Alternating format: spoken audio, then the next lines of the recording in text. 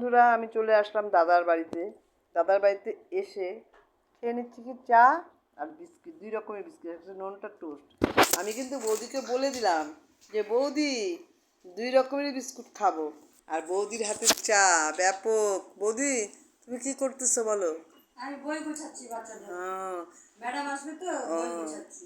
এই যে বৌদির হাতের চা এত স্বাদ, আমি তো বৌদির চায়ের টানে চলে আসি। আর বৌদির ভালোবাসা, এত ভালোবাসে বৌদি, ভালোবাসার মধ্যে খুব অন্তরাত্মা আছে।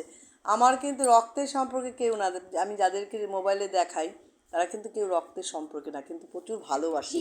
এই দেখেন এই ভাস্তা, এই যে ওরা কি সুন্দর ভিডিও বানায়, হাই করে দেখ একটু। এই বাবা আয় তো একটা, এই দেখো 2 ভাস্তা কি লজ্জা পাচ্ছে কেন আজকে? আর এর মধ্যে যে কি আছে, শুধুমাত্র ভালোবাসা ছোঁয়া আছে। তাই চায়ের টানেই আমি চলে আসলাম। ভালোবাসা থাকলে না সব মানে গ্রহণ করা যায়, সেটা যদি লাল চা হোক আর দুধ চা হোক।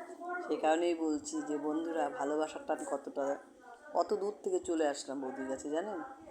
এই বলে আমার লাইভ ব্লগটা শেষ করে আমি রাখছি, টাটা।